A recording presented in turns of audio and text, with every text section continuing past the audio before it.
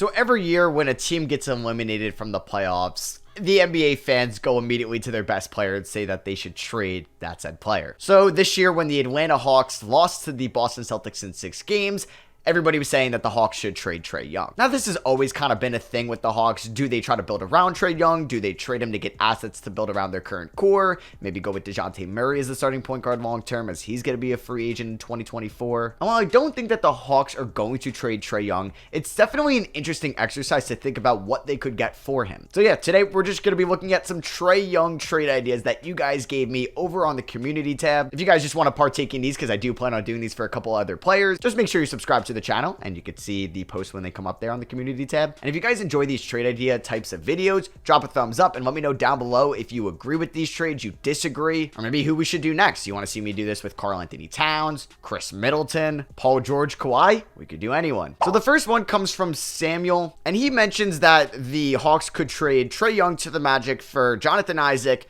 Jalen Suggs, Markelle Fultz, either Caleb Houston or Bol Bol, and 3 to 5 first-round picks, depending on which one. So if we look at this trade right here, it's a lot for Orlando to give up. And I don't think Orlando would do this trade. I'll also give my thoughts and opinions, who I think would do this trade, who wouldn't do it. And there's a chance Atlanta doesn't want to do this trade either. But for Orlando, Trey Young has a big contract. He'll be making $40 million next year, $43 million the year after that, $45 million in 2026, and almost $49 million in 2027. I don't know if the Magic want to commit to that either, because they are going to be paying Paolo Banchero eventually, Franz Wagner eventually, Markelle Fultz possibly if he kind of breaks out fully next year. Maybe they end up with Wemby and they got to extend him in 4 years. And you're definitely trading Jalen Suggs at his lowest value. Now, Trey Young, potentially the 11th pick or the 8th pick in this draft, and you get like an Asor Thompson, and you have Franz Banchero and Carter Jr. It's a fun starting 5 that could definitely be a playoff team next year in the Eastern Conference. But if I was Orlando, I would just stay the course, develop your young core. Maybe if you can add somebody that's maybe not a 1 and demands the ball and is also going to be getting $40 million, like an OG Anunoby, yeah, then you can maybe move Suggs or a first round pick to do that. But I just don't think that the Magic should trade for Trey Young. As for Atlanta, you know what? You're getting a lot of assets here because you're getting Fultz. You can maybe pair up him and Murray. Hate that shooting, but maybe you can make it work or have Fultz be that ultimate 6 man. Isaac, you know what? The contract isn't super guaranteed, so if you don't want to use him next year, you can decline that option. Bol, cheap guy. We'll see if he would eat. I don't even know if he would fall into that rotation. Jalen Suggs, you'd also be taking a flyer on, just adding another guard, but you get some draft capital that you could recoup after trading away in the DeJounte Murray trade. I honestly think both teams would say no in this deal. I also feel like Trey Young is one of the hardest trade values to figure out in this league, because I think he's definitely more valuable to the current team he's on in the Atlanta Hawks, but with his defensive limitations, how far can he take you in the playoffs? And would a team give up multiple first-round picks and young players to acquire him? But then again, he's one of the best offensive players in the NBA and still only 24 years old. All right, the next one comes from Moneyman. This is a Miami Heat idea. He says Tower Hero, Duncan Robinson, and a 2027 and 28 first-round pick for Trey Young. Now, Miami wouldn't be able to trade those 2 first due to the Stepien rule, so I have up Robinson Hero, 2027 first and 2029. Now, I kind of like the idea of Hero and DeJounte Murray in that Hawks backcourt. I think the Hawks would want a little bit more because Trey Young is better than Hero for sure. And you're taking on that Duncan Robinson contract, which is low-key one of the worst contracts in the league. Now, he's been playing solid in the playoffs, which makes this look all right if he's going to be able to be a solid shooter for you and not unplayable. But I like the framework of this idea, and I like Trey Young on Miami with Jimmy Butler and Bam Adebayo. I just would like something else going back to Atlanta, because Hero, good piece. Those first round picks, who knows what they're going to be in 2027 and 2029. You want something maybe a little bit more sure.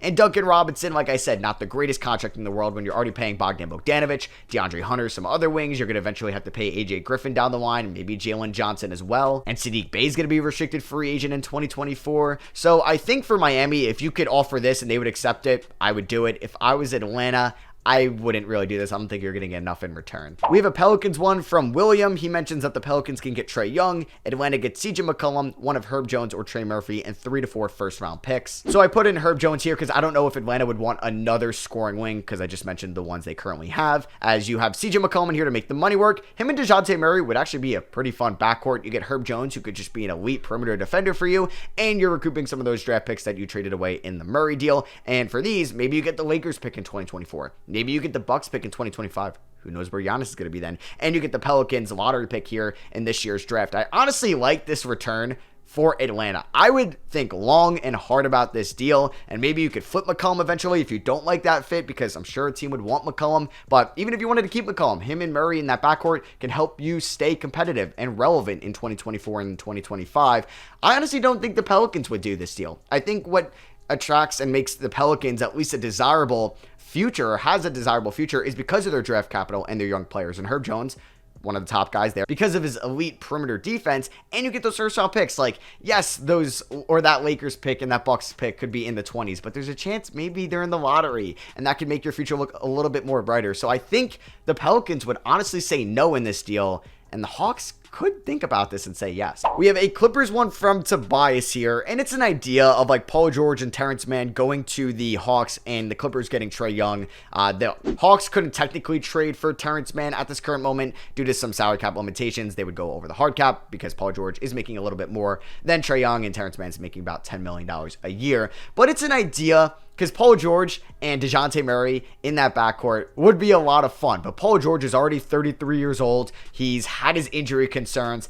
Atlanta would be very stupid to make a deal like this, because Trey Young is almost a decade younger than Paul George, and he can prove to stay healthy throughout the season and in the playoffs. And yes, he's going to shoot you out of some games, but he's also going to win you some games. I would not think about this deal, even if it was for Kawhi Leonard as well. Straight up trade for Kawhi, I would not do that, just because of the injury concerns, and Paul George and Kawhi are getting older. Now, if this was 3 years ago or back in 2019, I would think about this, yes, because they're in the end of their prime, but they're also elite two-way guys that could win you a championship. Now, since they can't stay on the floor, I don't agree with that statement. I don't think Atlanta should do anything like that. If the Clippers had this offer on the table, I would do this 100%. Maybe you're not as good with Trey Young and Kawhi immediately, but then you can look to move Kawhi Leonard, and your future looks a little bit better, because the Clippers, it's a whole nother story, whole nother video to make. Their future is not looking good. But yeah, Atlanta would definitely say no to this deal. I would think the Clippers would say yes. Sorry, I kind of rambled a lot on that one. But next one is from Jack. It's a Wizards idea.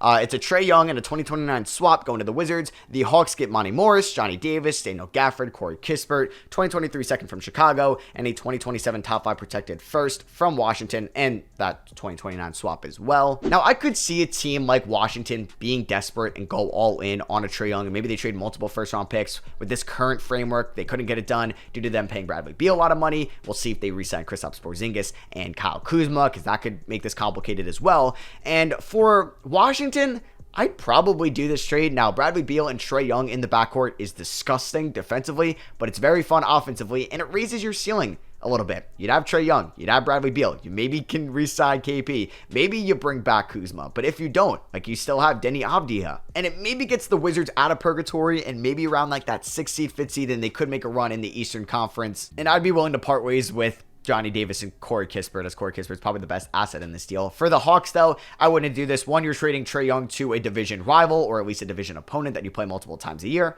which always hurts to do. And two, I don't think you're really getting like enough back in this deal to really justify trading away your best player in Trey Young. Like, that 2027 first, sure, it could be of something, but like, because Trey Young could leave Washington by then after he's a free agent. I just wouldn't do that. Johnny Davis doesn't entice me too much because he had a very inconsistent rookie season. Corey Kispert, elite shooter, but how high is his ceiling? He's not going to lead you to a championship. Gafford, solid big, but you already have Capella and Okongwu. Don't really need him. And Monty Morris is really in there just to make the money work. So I would not do this if I were Atlanta. I don't even know if there's any type of framework that I would like from Washington, unless you're getting basically every first round pick they own, Corey Kispert, and Denny Avdija. And the last one we have from Chip Ray, he mentions with the Jalen Green rumors going on, he doesn't know why, but the Rockets received Trey Young and Bogdan Bogdanovic, and the Hawks received Jalen Green, Jayshawn Tate, and 2 first-round picks in 2025 and 2027. Now, for some reason on Fanspo, Bogdan Bogdanovic isn't there, so just act like he is on this screen. And if the Rockets were going to trade Jalen Green,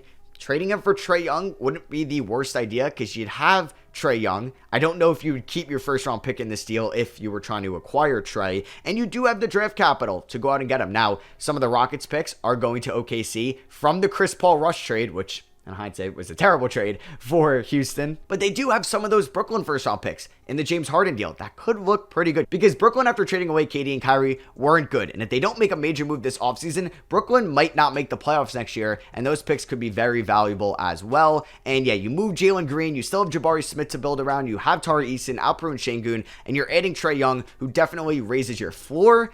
Don't know about your long-term ceiling, but it could entice maybe somebody else to join Houston. Who knows? Maybe they just trade for Trae Young and sign James Harden, which would drive me absolutely to insanity. I don't even want to picture that. And if you're the Hawks, you get Jalen Green, who's still on his rookie deal, and if you think he has as high as a ceiling as Trae Young, maybe you make this deal. Like, you save a little bit of money here, you get some more draft capital in return, and it's not the craziest idea to go out and get Jalen Green. Now, like, for Houston, I think, like, if you're going to move Green for Trae Young, it's not a terrible idea. If you were going to move Jalen Green for, like, a Paul George or Kawhi, I would probably hold off on that. But yeah, it's definitely an interesting idea to think about. So yeah, those were 6 Trae Young trade ideas that I wanted to talk about with you guys. So hope you guys enjoyed this video. Drop a like if you did. If you drop a like, I know you guys want to see more of this type of content on the channel. Subscribe if you are not already. I love you guys, and I'll catch you on the next one.